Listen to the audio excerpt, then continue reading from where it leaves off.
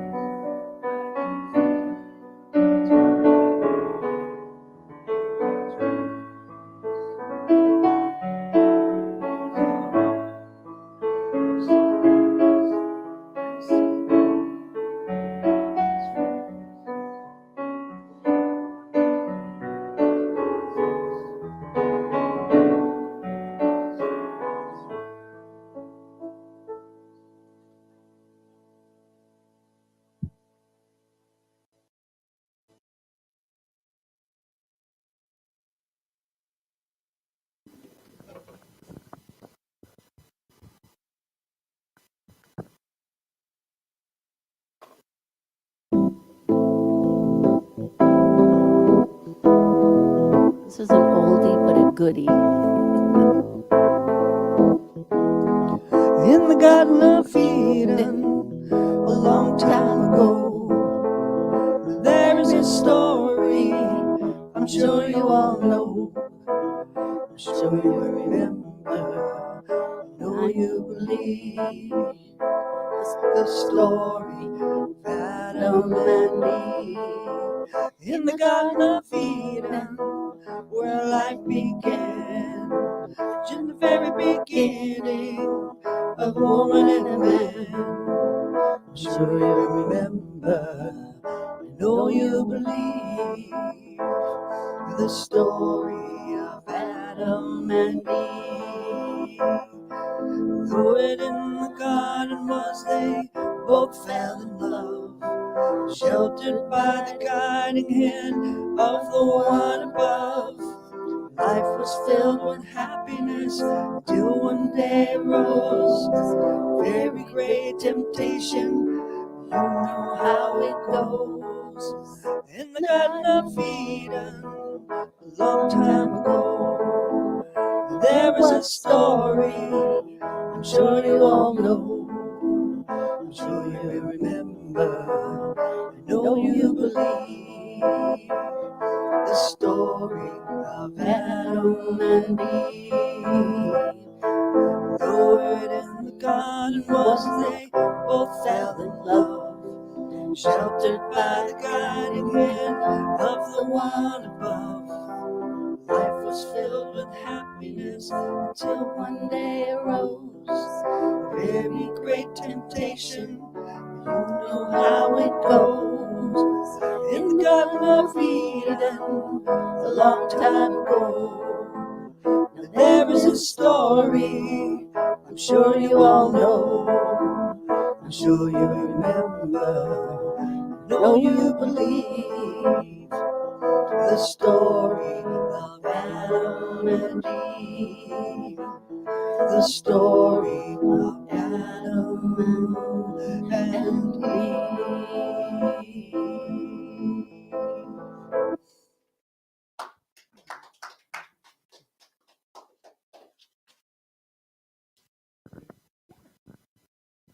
Thank you, Barbara and choir. We are welcome to Unity of the Seacoast for Sunday, the 12th of November. And if you're new, we welcome you. And if you are online watching us for the first time, don't forget to turn off your phone. Thank you for joining us. If you are present here also and you haven't yet shut off your cell phone, please do. Thank you. We like to begin after that rousing song with the daily word. Today is faith. Faith heals, prospers, blesses, and sustains me. Sometimes I wish I had a way of looking into the future and knowing what to expect. But even though I cannot know how the future might unfold, I can still be prepared for it through the power of faith. Having faith means I have unwavering fidelity to truth, spirit. My faith is my anchor, keeping me steady during shifting worldly circumstances and focused not on the things of the world, but on the power of spirit. My faith keeps me steadfast in the midst of uncertainty, inventive when met with stagnation, and adaptable when faced with changing circumstances. I turn my attention to God and feel my soul illumined by my belief that everything is working for good. I align with this truth and go forth blessed by my faith. From 2 Corinthians, for we walk by faith, not by sight.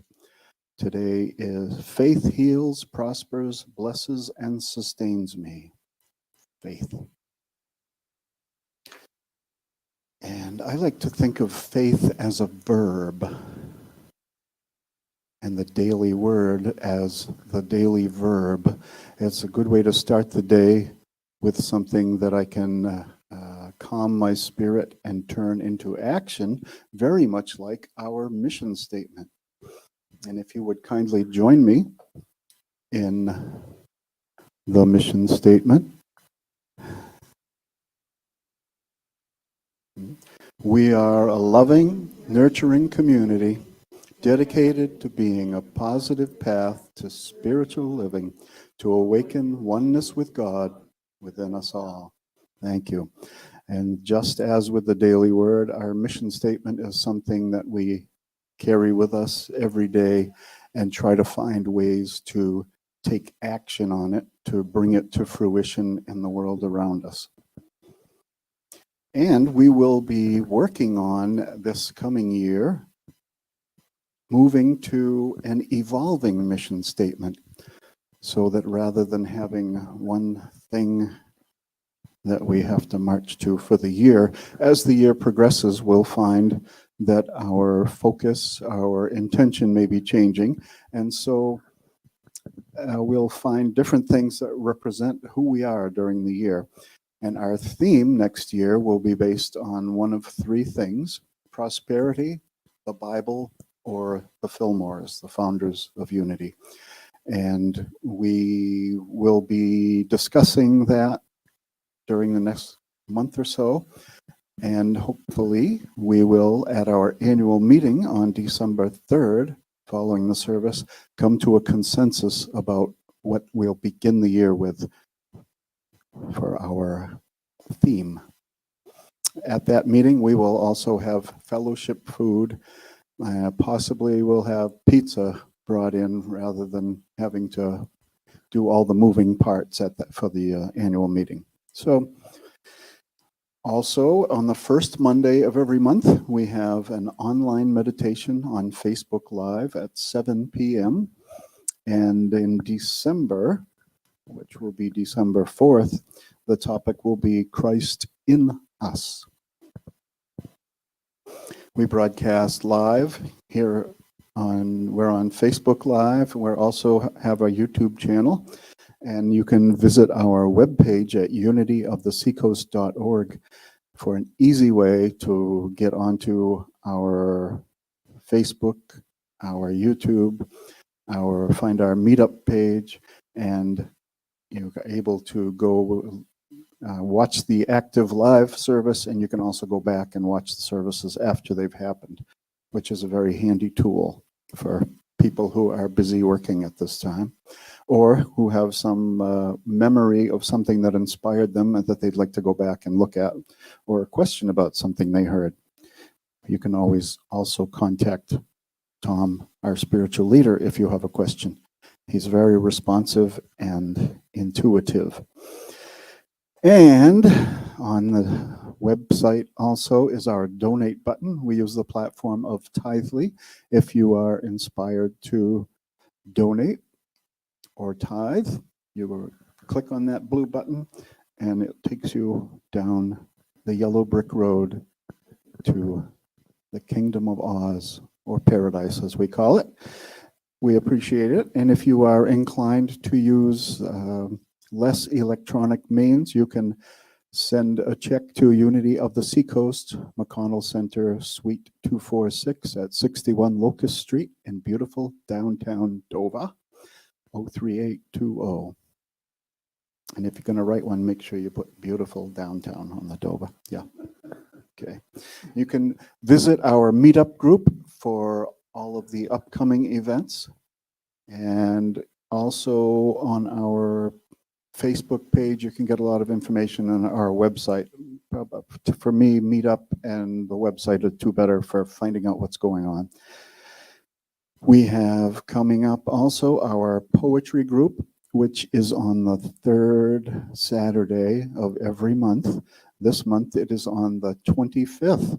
And if you're really good at math, you'll know that's the fourth Saturday this month only, because we have something else going on the 18th, which is Friendsgiving. Yes, we have our Friendsgiving celebration, which will be at Tracy's hutch. Our president, Tracy, is opening her home to us. And what else can I say about that? So that's the 18th at 6 p.m. And we have a board here where you can see who's bringing what and what you'd like to bring. But mostly what we're interested in is bringing yourself and possibly a friend with you. You can do it. She's got a lot of friends. We also have a game night, which is the third Friday of each month. And that is going to be on November 17th at 6 p.m. We're starting at 6 now? 6:30. Okay, keep the balls rolling. 6:30 p.m. It's a moving target for me. So, and game night is a time to get together and hang out with our friends and get to know each other better while we're playing card and board games. We have lots of games, and if you have something that you'd like to bring to introduce us to, we're open to that as well. It's not exclusive club. Anyone is welcome. You can, from anywhere, outside the church, inside the church, in the building, under the house that Jack built, anywhere. So, yeah, and it's a lot of fun. We have a blast each time, and there's a different mix of people. On Thursday mornings at 10 o'clock, we are now offering a Course in Miracles group, and that also is open to anyone who's inspired. We have some of the texts here for a loan, and you can certainly bring your own if you're inclined. We welcome anyone who feels inspired to participate. If you have any interest at all, please join us. If you want more information, you can call Cynthia at 207-216-3438. And A Course in Miracles is very much in alignment with unity thinking, which is, I guess, all of those really. But it's about understanding that there's world mind and then there's God or spirit mind, and it's getting more in alignment with God mind to walk through our days. And on November 19th, that's about a week away, we will be having a service of remembrance. And if there's anyone who you would like to have mentioned during that service, please get that information to Tom, and you can email him. His email is readily available on any of our media things, or you can send a message on Facebook or however you can call. Oh yeah, or if you're here physically, you can hand it to him. Yeah, I'll leave that alone. Okay, so now the next thing is one of my favorite parts of the service, and that is Namaste.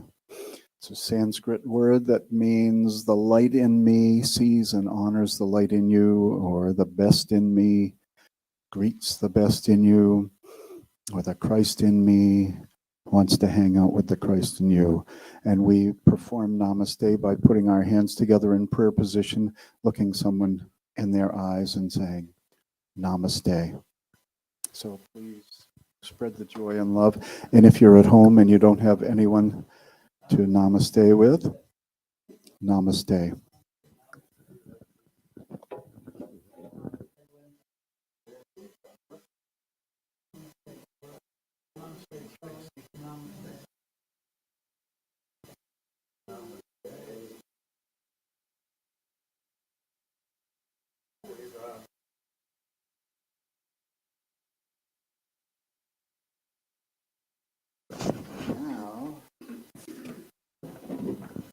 And now we welcome back music.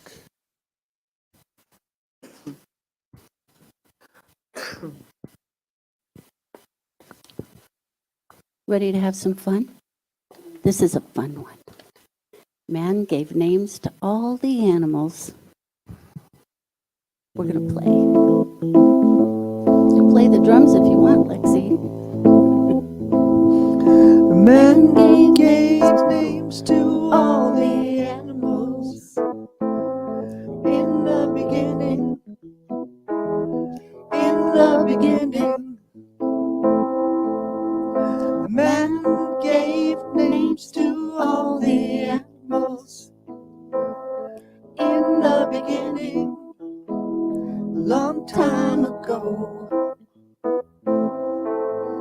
he saw an animal that liked to growl, big furry paws, and he liked to howl. A great big furry back and furry hair.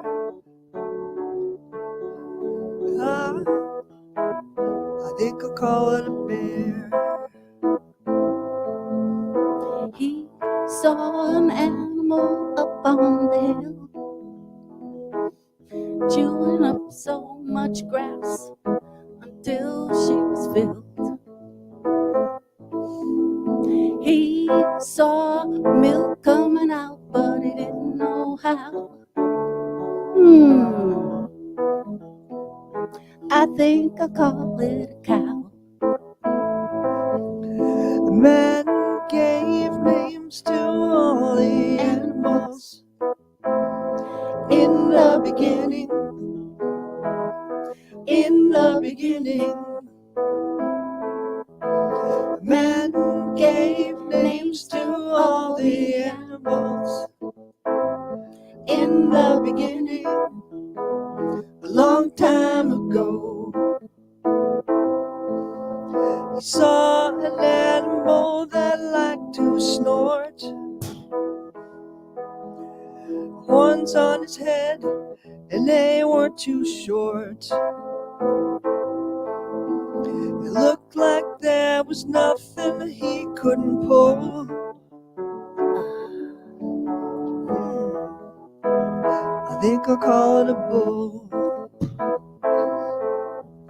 He was an animal leaving a muddy trail, real dirty face and a curly tail. He wasn't too small and he wasn't too big. I think I'll call it a pig. The man gave names to all the animals. In the beginning, in the beginning, the man gave names to all the animals.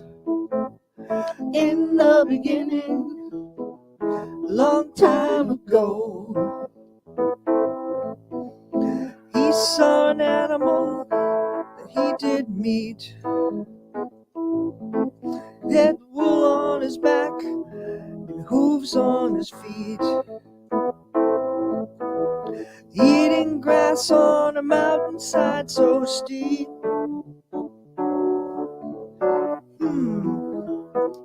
I think I'll call it a sheep. Bad.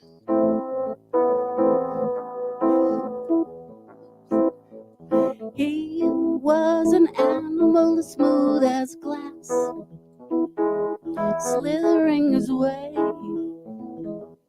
through the grass. Saw him disappear by a tree near a lake.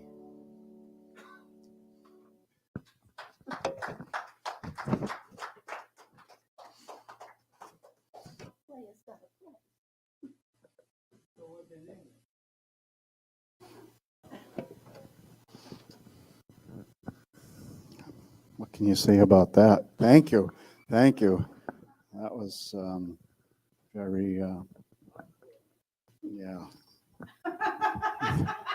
Yeah. You bring the corn and I'll see about getting it on there.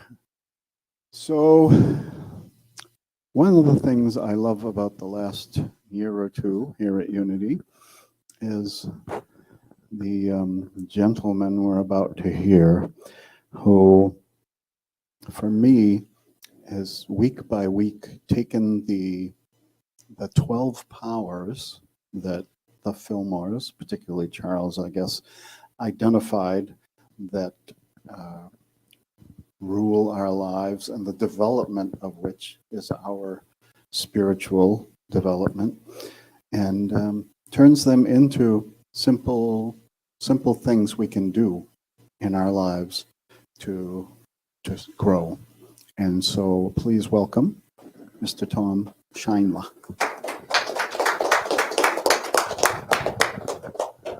Thanks, Charlie.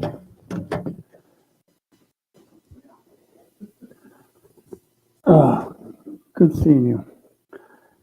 Good seeing everybody. First, I'm going to laugh all day. I'm going to have a song stuck in my head. And I still don't know what they named the last one. It's the cliffhanger. So just before I start, I want you guys to know I had an incredible week last week. I got to speak at Unity Village, our mother church, last week. And it's such an amazing thing to see a whole room full of your peers, the people who are far more advanced in their spiritual career than I am, get what I'm saying. And, I can look around the room and see people nodding and understanding. And it was so good for me. And then on the way back to stop at Unity of Anderson and speak in front of Diane, Reverend Diane Robinson was my mentor. And I spoke at her church. And the welcoming, and it was just a great experience. And then I ate a lot of food. So I can't. So I have no complaints. Well, I have one complaint. I missed your meditation. I was finishing up the drive. I did try and meditate while I was driving. That turned out not to be as good an idea as I thought. But I made it. So today's topic is called The Greatest Blessing. And this topic came up a couple weeks ago, really about a month or so ago, at A Course in Miracles. The Course in Miracles calls the moment that we ate from the tree the separation. Others more commonly refer to it as the original sin. The original sin wasn't something that was always around. It took flight with St. Augustine of Hippo. First of all, that's a very unfortunate name. But it came with his writings in the year 300 AD, around then, and has had various interpretations as each version of Christianity took a stab at it. But basically, it's when Adam and Eve ate from the tree of good and evil, or the tree of knowledge, and they disobeyed God, leading the way from that moment forward on how children would be conceived. And it's been called the sins of the father, the fall of Adam. At the same time, they blame it on Eve, as if Adam had no accountability for his actions. The concept is that from that moment on, we were born sinners. For the process of which we are conceived and born, and that the fact that the snake told Eve and Eve convinced Adam.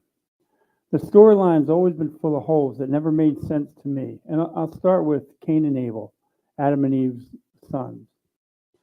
Cain kills Abel, and he's banished from living with his family. And he's sent into the world to live a disconnected life. Yet he meets a lady and has children. So clearly Adam and Eve are not the only humans during this time, and the process of having children existed. Otherwise, he would not have met a wife. Another part that's never set with me is the complete process and cycle of this part of the woman's anatomy has been considered impure. And this cycle has led so much to delayed talk or misconceptions and guilt in young women especially, that some carry with them for years. And I have trouble with God as an all-knowing overseer who's so concerned with sinners, who would punish sinners, that he would create a system that from the get-go we're all sinners. It doesn't make sense to make every person a sinner before their first breath. I mean, what a way to come into life. Welcome to life. You're all sinners. Half of you are impure. Now go live your dream. That's giving God attributes of evil. And as we know, evil is the absence of God or love. You know, it just never added up to me. It never made sense. And I also have trouble with the idea that because we have free will, that makes us separate from God when we are living expressions of God.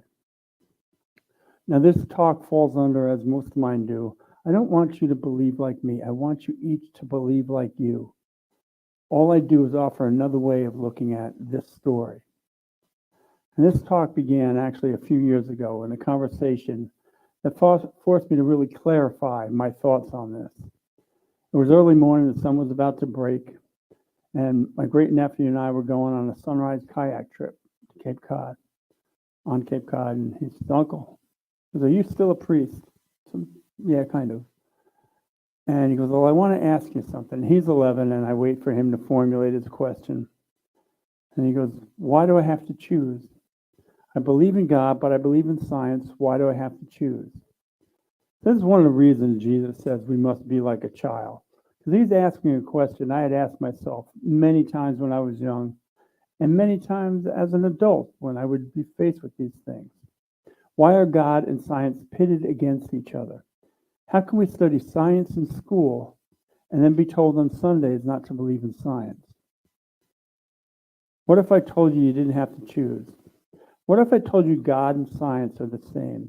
What if I told you God's way of creating the universe and all that's in it is science? So, as I start this talk, I want to explain that to me, creation and evolution go hand in hand. Creation is the inception of something, and evolution is the process or journey toward its perfection. That last line I got from Charles Fillmore. However, humans came into existence, and we think we understand from living cells dividing, it began a process of evolution that all life goes through, and the whole universe goes through. All these processes for everything is God. All the scientific principles is God. I also say that the spirit that ties all these principles together, that make them act the way they do, is God as well. God is self-existent. Principles and spirit do not go away. I've said this before. If the universe and all we know, all that it consists of, were vanished tomorrow, all the principles that created it would still remain. And what would also remain is that force that makes them behave in the exact way that they do. And at some point, the universe would begin to build itself again, and unlimited potential would begin again. And I want you to hold that in mind and think about that. If the universe were suddenly gone and there was nothing, those principles in how and why all things react would remain. And what would also remain is that special something, that force, that active moment, that spirit that makes all things behave in the way they do, those things would remain. Those combined two things, that to me is God. Does anyone have trouble with that statement? Or at least what I'm trying to convey? I don't, whether you agree with it, I don't know, but do everyone understand what I'm trying to get? Because that also comes into play in how we handle death. And we're going to get to that next week in our service of remembrance. But I hope you guys remember that through the week. So our universe came into existence, and it's evolved ever since. And we know it has because we have evidence of it on our planet. Species evolved and faded away. Some did not fade away. Some were wiped out when an asteroid hit the planet. But eventually, species that would become human began to exist and evolve. And so as man evolved, we led very instinctual life. We, like the fish and the birds and the animals, lived to eat and afford progress of our species. Living an instinctual life, to me, is what the Garden of Eden represents. When you live life like all is provided for, food for the taking, and the forward movement of the species just happens. It requires little thought. It's not a planned life. It's just an existence. But at some point, humans received the spark of divinity. We began to have freedom of choice. That freedom of choice separated us from the rest of the creatures. To me, that's the Adam and Eve moment. It's symbolic of the moment when humans accepted the gift from God, the gift of free will. It's the moment that we became proactive in our lives and in our evolution. We accept the responsibility for our thoughts and our actions and our deeds, both good and bad, both good and evil. We make good choices, we make bad choices. The shark, one of the most feared creatures on the planet, does not kill just to kill. It kills if it feels threatened or hungry. We are the only species on our planet that kills for selfish reasons. And that's the reason it's called the tree of good and evil, because we decide how to use this gift in as many moments as possible. And it's tied with our responsibilities. We're given dominion over 4 times in Genesis. 4 times. We cannot take this statement lightly, or those statements. Genesis 1:26, God said, "Let's make man in our image, after our likeness. Let them have dominion over the fish and the sea, over the birds of the sky, over the livestock, over all the earth, over every creeping thing that creeps on the earth." Genesis 1:28. God blessed them, and he said to them, "Be fruitful and multiply. Fill the earth and subdue it. Have dominion over the fish of the sea, over the birds of the sky, and every living thing that moves on the earth." Genesis 2:15. Then the Lord took man, put him in the Garden of Eden to tend and keep it. Genesis 9:2. And the fear of you and the dread of you shall be on every beast on the earth, on every bird of the air, and all that move on the earth, and all the fish of the sea. They are given into your hand. Now, if we focus on the true spirit of those statements, we would not need any more of the Bible. Simply care for each other and love our planet.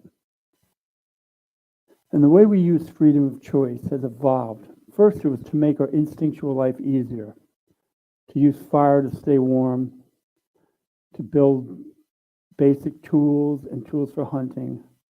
Then the idea that if we move those plants closer to where we lived, we could care for them and grow the things that we eat.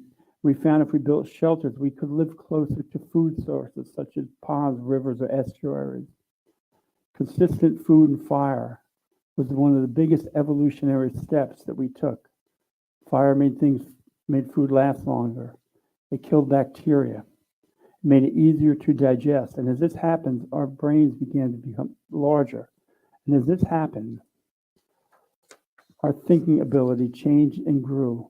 And we started thinking of ways to occupy the time that was once needed for hunting and gathering. Song and art and craftsmanship took flight, and things snowballed, as did our need to understand who we are. So we get back to creation and evolution. To bring something into existence is a form of nurture. Every idea that you've had or have, you nurture it into becoming what it is, and then you tinker with it to make it better. Nurture is love. God is creating and nurturing. That's love. That's all God does. God does not punish. God can only nurture. Even in decay, there is rebirth. God is love. Evil is the absence of love. It's something that we choose. When we were given the gift of free will, we became, again, interactive in our evolution, in our destiny. We get to work with all the principles to create unlimited possibilities in our lives and in the world around us. And we create using principle and spirit. In other words, we are co-creating our lives with God. That does not sound like separation to me. That's the moment we become closer to God. We are included in the plan, in our evolution, and in the world. We are the only creature that I know of that can look at our past, plan our future, and live in the present, at the same time communicating from the past to our future. We can read a book from the past and move those ideas and concepts forward into the future, each thought building on the next. For example, peritoneal dialysis was first attempted during the Civil War. And that person wrote down his attempt. And people from then on, generation to generation, expanded upon those ideas. And future generations will continue to expand upon that. Think about all that has been created and moved forward since we began to use freedom of choice. There are other creatures who have maybe a similar intelligence. They can group hunt, store food, pass it on to the young. Or we can actually can the food and store it. We can make it last longer. We can write down our information and even watch our information on film or online. If I decide to do something to my car, somebody else has already put it out there online for my use. And it's that with you. If you want to work on your computer, learn guitar, learn art, learn anything, it's out there. That's not separation using freedom of choice in this way. It's using it to bring the world together. When we nurture, we're working with God, and when we take a thought or action and use it for the betterment of the world, we're functioning on our highest consciousness. This is our Christ-like nature. This is our connection in action. This truly is the greatest blessing. It's not a sin to take freedom of choice and use it in this way. And I think Jesus understood this. I think he knew it when he said, we will do the things that he does and greater. Did he know to this extent? That I don't know. But we've been doing these things ever since. We've healed in ways that are unimaginable just a few years ago. Look at what we did for HIV. We just battled a global pandemic and won. We can put our hands into another human and repair them. And we can do this with almost any other animal on the planet. I don't know if they've done it with a jellyfish but we can do these amazing things. I remember years ago watching Star Trek, and they used those handheld communicators to speak with. Click, click, like a walkie-talkie. And I thought, how cool was that? As a kid, we were running around the yard with transistor radios going click, click, click, click. And then in 2005, we were in Hawaii, and I clicked my Nextel phone, and I talked to a friend of mine in Florida. And I thought that was amazing. And the thing about that is that at that time, that technology was already becoming obsolete because we were getting Skype on our phones and soon FaceTime and Zoom. And then soon we decided we really don't want to hear anyone's voices or see their face, so now we just text people. But we've taken freedom of choice to bless us in so many ways. We produce enough food to feed the world. Unfortunately, we don't do it in an equitable manner because people all over the world still go hungry. All this does not come from separation of God, but from a union with God. You separate from God and watch your lives go off the rails because it keeps this union to keep loving our lives forward. I have a hard time thinking that we were born as sinful, and then we call it the miracle of childbirth. It's a miracle. It's designed to be so. Look at all the other creatures that use this process. Are lions and elks born into sin? Is a kitten born into sin? The concept that we're all born sinners, to me, is a misuse of the Bible. It's Bible malpractice. A God of infinite possibilities, a God of love and nurture, could not create a system that goes against that. That's that line, a house divided against itself cannot stand. God cannot work against God. The idea of original sin is a construct tying up freedom of choice and the way we physically express love with each other. And I say physically because it takes a physical act to begin a physical existence. None of this is a sin. Freedom of choice is not a sin, nor is the process designed by God's love and nurture. When does this become a sin? And I don't mean, the biblical meaning of sin. I mean just really missing the mark, living a life in error. It becomes when people believe that they're less than who they really are from the get-go, or we don't take care of the other people or the planet. And not just take care of the people that we have a bond to. We must take care of everyone. From the moment we wake up, we're thinking and making choices on a level that's so far from our instinctual lives. Simple things like putting on warm socks and slippers to go down to the kitchen and make the coffee. We make enough that we have to pour it out each morning from the day before. And start again. You guys caught me, I don't wash my pot every day. But from the clothes we wear to the car we drive, think of that. In Jesus' time, we walked everywhere. If we were lucky, we rode a donkey or some kind of animal. But we get in our car today that has a worldwide connection, heated and cooled, seat warmers, 400 horsepower, maybe golf bags in the trunk. Amazing level of what our choices can provide from us.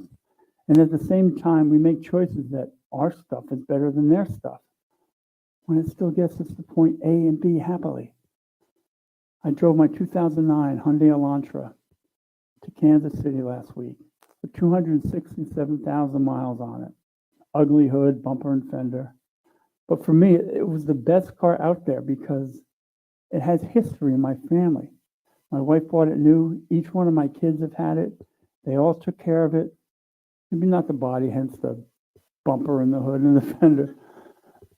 But it's part of us. We all make choices on what is meaningful in our lives and what it means to live a meaningful life.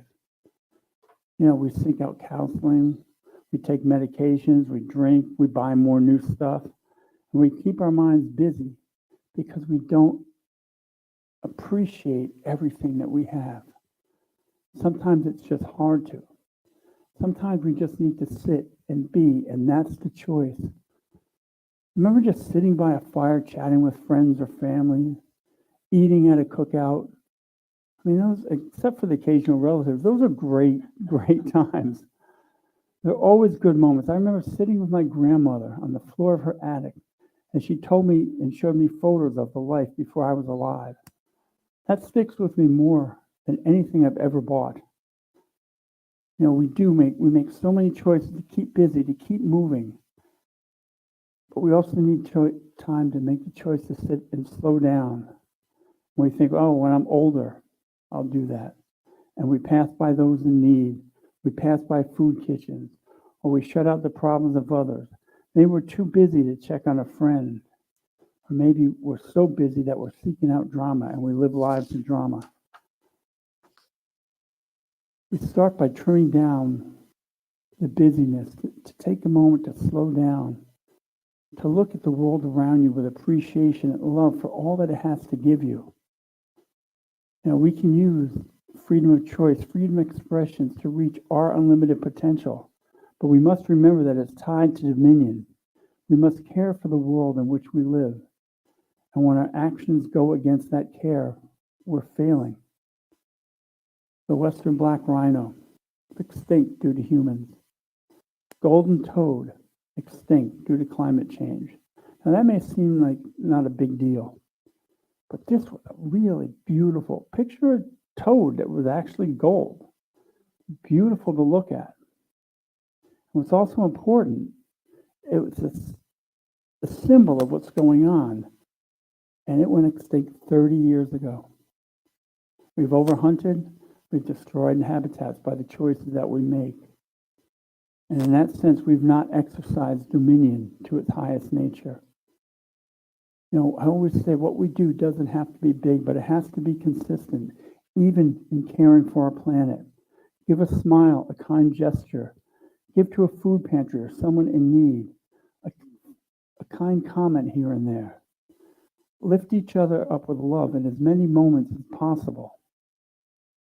Folks, my friends, that's all it takes to use freedom of choice to be closer to God. This gift is not a separation, it's our greatest blessing, if we choose it to be. Thank you. I'm going to step away.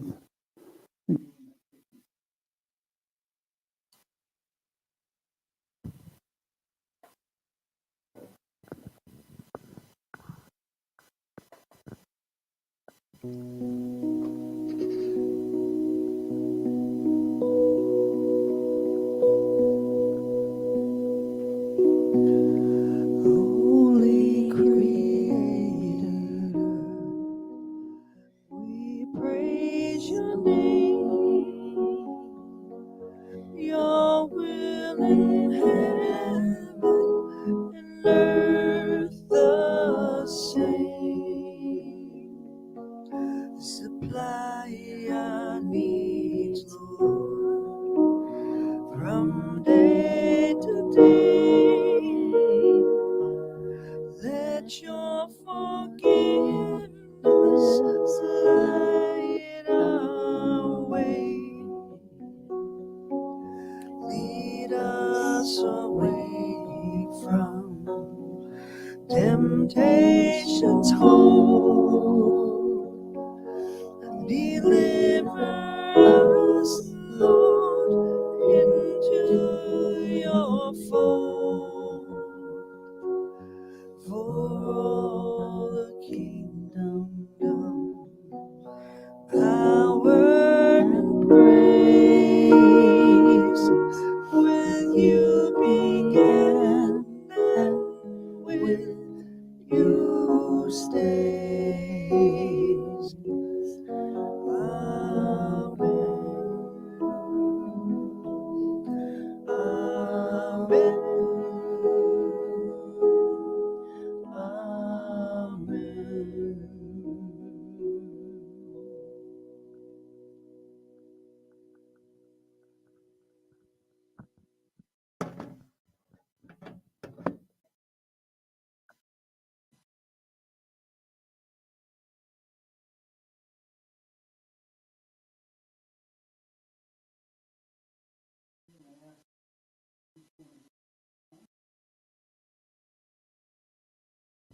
There we go.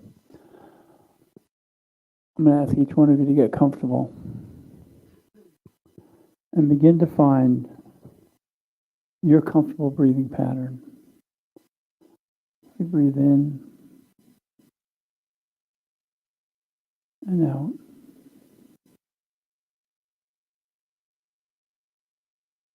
We come together knowing that there is one presence and power in our lives and in the universe. God the good and great and omnipresent. And that our essence is of God. And we are expressions of God. Each one of us unique. Each one of us individual. Each one of us expressing our individuality.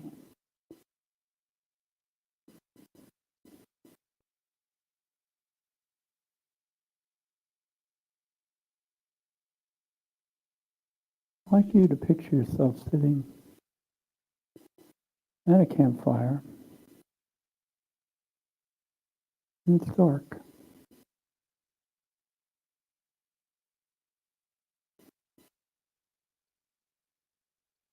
And as you look around the fire, you see other people with you, enjoying the warmth.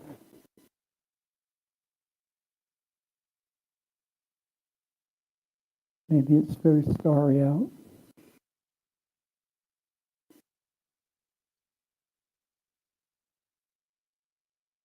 Picture who would be at your fire.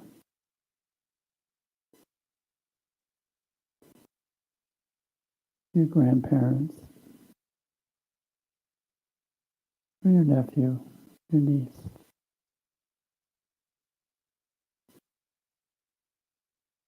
And it's your neighbor.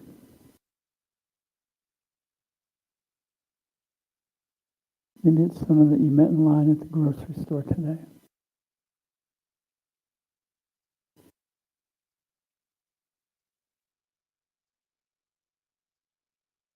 Do the faces look like yours? Or are they varied?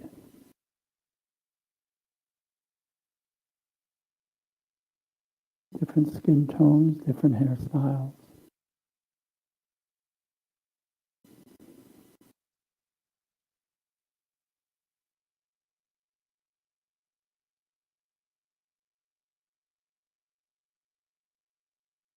Are they happy?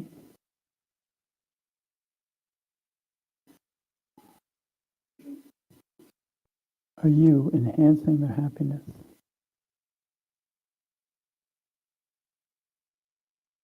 Do they enhance yours?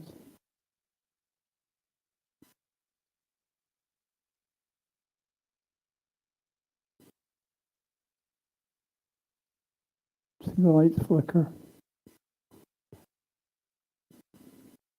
Watch the flames move and twist as they do as they rise toward the heavens.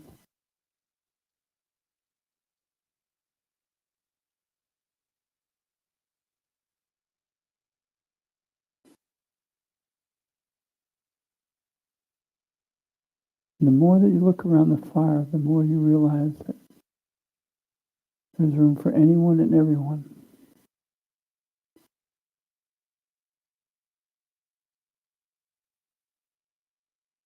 That fire represents the love that we have for the world. And it can reach the world.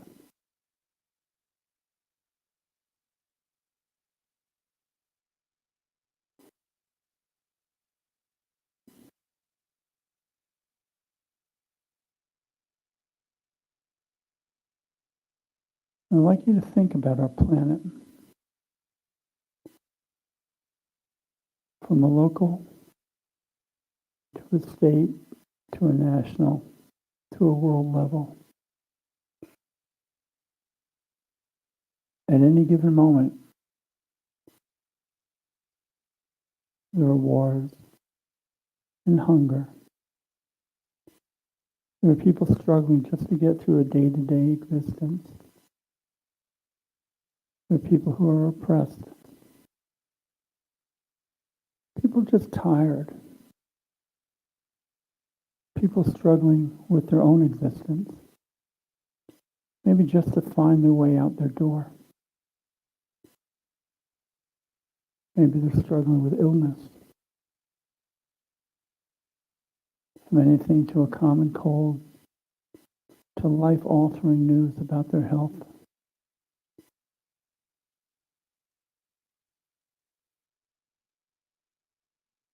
To our leaders, to the ones that we like and identify with, and the ones that we don't.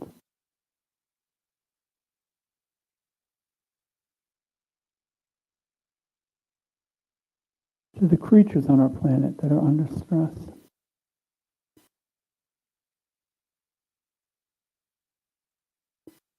We take this moment to go inside us and act from our Christ-like connection, that place where our mind meets God mind. And we send out love to the world. And we affirm the wholeness, the health, the happiness, and the abundance that all this world has to offer to each creation on this planet. We see our leaders letting go of personal opinions and using love and wisdom. And we see the world responding with love and wisdom. We are sending this out from ourselves to the world. We are the drop that becomes the ripple.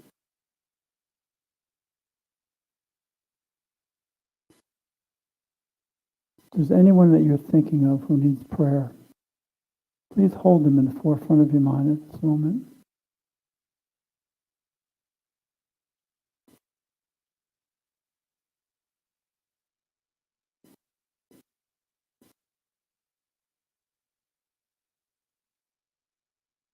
Again, we see them in wholeness, health, happiness, and abundance.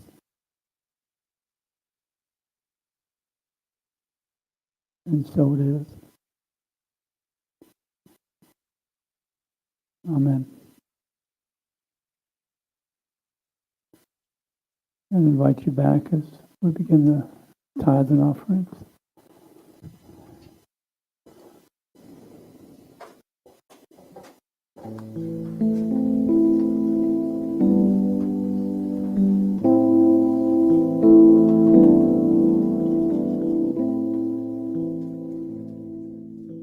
In the beginning was the Word, and the Word was God. The Word was God. The same was in the beginning, and the Word became flesh and dwelt among us, full of grace and truth. And the Word became flesh and dwelt among us, full of grace and truth. With God all things were made, by Him and without Him was not anything made that was made. And the Word became flesh and dwelt among us, full of grace and truth. And the Word became flesh and dwelt among us, full of grace and truth. Please join me in the prayer for tithe and offering. Divine love adds me, blesses and multiplies all that I am, all that I have, all that I give, and all that I receive. And so it is. Amen. We'll close this out with a prayer protection, then join us for our peace song. The light of God surrounds me. The love of God enfolds me. The power of God protects me. The presence of God watches over me. Wherever we am, God is, and all is well. And we are richly blessed. Amen. Thank you.